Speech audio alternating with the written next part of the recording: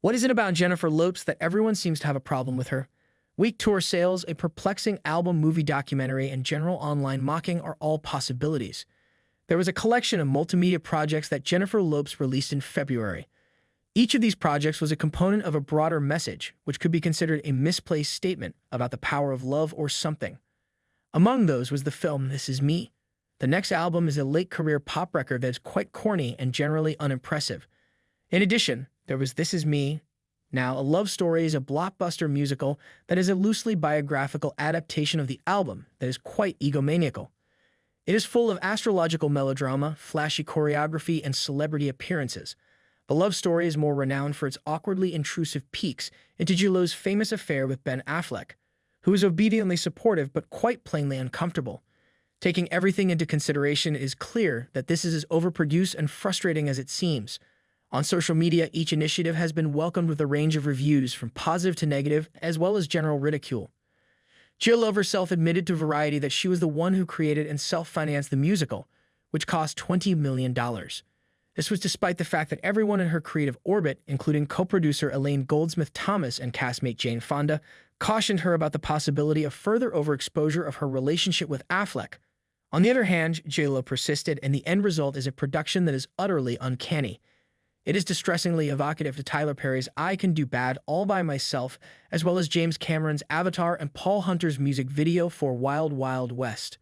Jane Fonda portrays Sagittarius, and Fat Joe plays J.Lo's therapist in the most cringeworthy release featuring either Jennifer Lopez or Ben Affleck since Giggly, which is really rather apt. J.Lo has hastily renamed the concert series as a Greatest Hits Tour in order to capitalize on the extremely low number of tickets that have been sold for the tour that is being used to promote This Is Me now. It is common practice to give pop artists an excessive amount of attention. It's not like Mariah Carey and Justin Timberlake haven't also pushed their own post-peak vanity projects to mediocre receptions in recent years. Furthermore, we know perhaps a little too much about J.Lo's contemporaries in the pop music industry. For a significant portion of her career, J.Lo has been a figure that is eerily devoid of empathy. She is a stone-cold climber whose mistakes have garnered a tremendous deal of schadenfreude and, more recently, a certain amount of blowback. For a long time, Lopez has been a figure that is more contentious than initially appears. As Lopez was promoting her aforementioned projects a couple of weeks before their release dates, this was the central conflict that occurred on Saturday Night Live a few months ago. The presenter, Ayo Edebiri, who was also a coster in The Bear, and Lopez, who was a musical guest, were all involved in the drama. Tam has unearthed some old footage of Edebiri as a guest on Lacey Mosley's podcast, Fraud Goddess, the day before the taping in New York. In the clip, Edebiri is heard saying that Lopez can't sing and calling her musical career as one long scam. In one sense, these were jokes, a comedy actor making fun of a pop diva in a conversation that was harmlessly petty and had been brought to you by Team Coco. But in another sense, well, actually, this has always been the shadowed discourse about J.Lo. She is unable to sing, and not in the typical way that a lot of pop stars who are heavily reliant on auto-tune are unable to sing. J.Lo goes to the extent of concealing her voice by using uncredited vocals from other singers, ranging from Ashanti, I'm Real, Ain't It Funny, to Meghan Trainor, Ain't Your Mama. In response to the clip of Edebiri, Lopez stated to Variety that she had, in fact, heard similar things said about me throughout my career. This is because these complaints are so prevalent that they are considered to be commonplace. While Lopez would publicly declare that Edebiri's comments were nothing more than a minor annoyance, Edebiri began her performance on Saturday Night Live with a sketch that made reference to her criticism of Lopez. This was a ritualistic attempt at self-humiliation that was only somewhat humorous.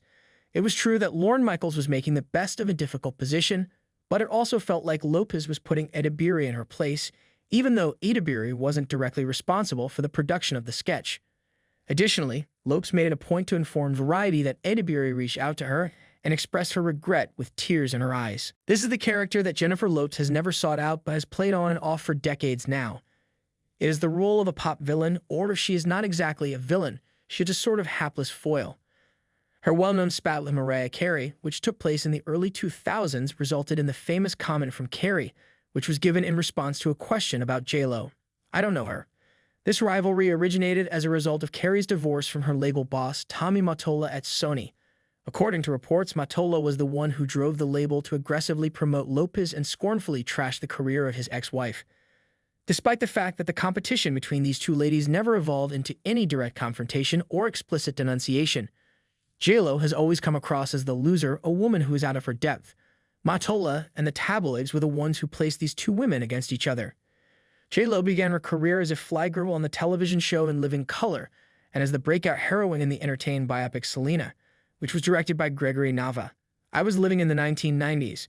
Before Lopez's disastrous involvement with Puff Daddy, before her Cold War with Mariah, and before her multimedia reach, which far exceeded her grasp, could culminate in something as unwieldy and off-putting as This Is Me. Now, a love story, these were the only years in which Lopez was so uncontroversially beloved. In retrospect, these were the only years in which Lopez was so beloved. The majority of the cynicism that has been directed on JLo over the years, up until its most recent peak, is centered on the proportion of fame and talent that she possesses. There is a feeling that even the pinnacles of her own career do not quite measure up to those of her contemporaries or win her the same kind of enduring goodwill as they do. Mariah Carey was undoubtedly the most formidable female pop vocalist of her generation, with a scary command of 5 octaves. Jennifer Lopez, on the other hand, was a superb dancer with a relatively weak singing voice, as it has cleared anyone who has ever listened to the chorus of Waiting for Tonight with attentiveness. Despite the fact the rivalry that was taking place was not real and in any event was not JLo's fault or problem, this contrast was always a little bit misleading. However, it is indisputable that JLo is a skilled performer despite the fact that she is having a difficult time limiting her goals in order to answer that annoying and unavoidable question, talented at what exactly? And This Is Me. Now, a story about love. It is possible that Lopez would have been more successful if she had performed a dance showcase that was more straightforward, a shrewd attempt to capitalize on the positive reception she received following her outstanding performance alongside Shakira at Super Bowl LIV. On the other hand, it was inevitable that it would be an overblown showcase for JLo in her roles as an actor, singer, writer, producer, and enthusiast as well. For sure, Bennifer is a tabloid romance for the ages, but it is also the aspect of JLo's legacy that has been overexposed the most frequently. It is also the aspect that is in stark contrast to her posturing as Jenny from the Block, when she is at this point so obviously and completely a creature of Hollywood, the target of so much resentment, just as Fonda had warned her. Share your views and opinions with us in the comments below. If you're new to our channel, then do like, share, and subscribe to our channel before leaving. Don't forget to hit the bell icon for the latest news. Thanks for watching.